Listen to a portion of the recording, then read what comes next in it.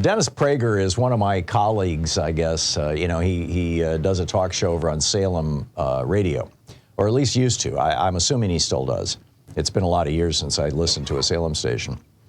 And he got big funding from some very, very wealthy right-wingers to do this thing called Prager University, which is these short-form videos, many of them cartoons, that are designed to indoctrinate young people, and Dennis Prager is quite proud of this, in so-called conservative values.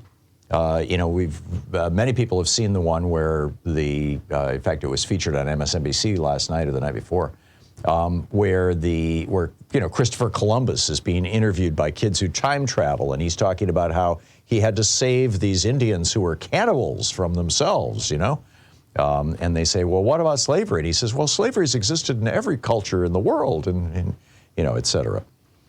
Right. Now they've got another one that compares climate activists to Nazis. I mean, this is Prager University's CEO Marissa Street told Scientific American that the videos are meant to counterbalance information students are currently being taught about climate change.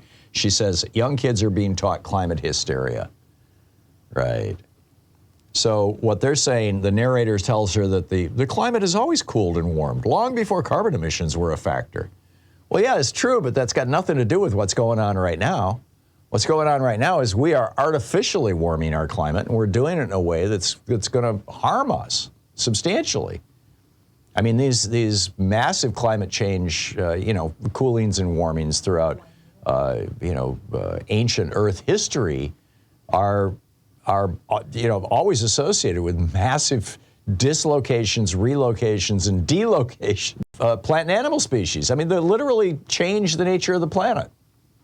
The last time there was this much CO2 in the atmosphere, there were trees growing in Antarctica.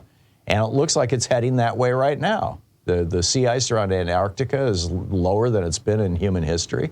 The Arctic Ocean is wide open now. It didn't used to be. This is changing the weather.